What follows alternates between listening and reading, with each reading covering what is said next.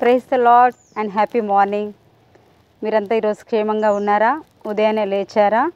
దేవుని యొక్క సన్నిధిలో సంతోషంగా ఉన్నారా?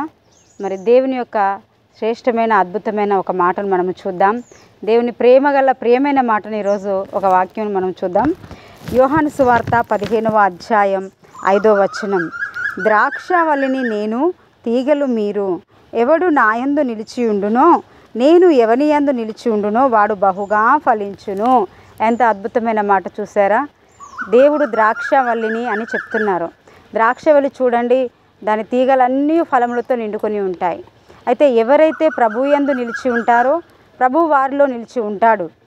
ప్రభువులో వారు, వారిలో ప్రభు, మనలో ప్రభువు, ప్రభువులో మనం ఉన్నప్పుడు మనం బహుగా ఫలిస్తామని వాక్యం సెలవుస్తుంది. ఖాళీగా ఉన్న చెట్టును చూడండి, నిండుగా ఫలించిన చెట్టును చూడండి, ఎంత అద్భుతంగా కనిపిస్తుందో. మరి ఈ లోకములో అబ్రహాము కుమారుడైన ఇస్సాకు గారు వాక్యమందు నిలిచిన వ్యక్తిగా, ప్రార్థనయందు నిలిచిన వ్యక్తిగా మనం చూస్తున్నాం.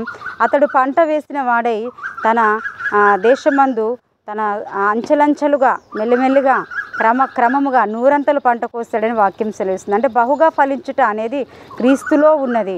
ఎవరైతే నిజముగా వాక్యానుసారంగా క్రీస్తులో నిలిచి ఉంటారో, క్రీస్తులో ప్రార్థిస్తూ ఉంటారో వారు ఖచ్చితంగా ఫలిస్తారు. మీరు బహుగా ఫలించడం మీకు ఆశగా ఉన్నదా? నాకు ఫలము లేదు, నాకు ఆశీర్వాదం లేదని అనుకుంటున్నావా? నువ్వు వాక్యంలో నిలిచి ఉండు, ప్రార్థనలో నిలిచి ఉండు. మరి దేవుని యొక్క లేఖనం సెలవిస్తుంది, ప్రార్థన యందు మెలకువగా ఉండాలి, నిలకడగా ఉండాలి, ఎడతెగక ప్రార్థించాలి. ఇది ప్రభుతో సహవాసము ప్రార్థన అనేది. కాబట్టి అందులోనే నిలిచి ఉండుట అనేది ఉన్నది. కాబట్టి మనము నిలిచి ఉన్నప్పుడు ఖచ్చితంగా మనం బహుగా ఫలిస్తాం. మామూలుగా ఫలించడము కాదు, ఫుల్ ఫ్రూట్ఫుల్నెస్ అనమాట. కంప్లీట్గా మనం ఫలించుటకు అవకాశము దేవుడు కల్పిస్తారు. ఈ రోజు నుండి నీలో ప్రభువు, ప్రభువులో నీవు, మనందరిలో ప్రభువు మరి నివాసము చేసి మనలో ఫలించుట అనేది ఆయన ఖచ్చితంగా చూచునుగాక. దేవుని ఎరిగిన ప్రజలు ఎల్లప్పుడూ ఫలించేవారిగా ఉండాలి, ఉండేవారుగా ఉందురుగాక.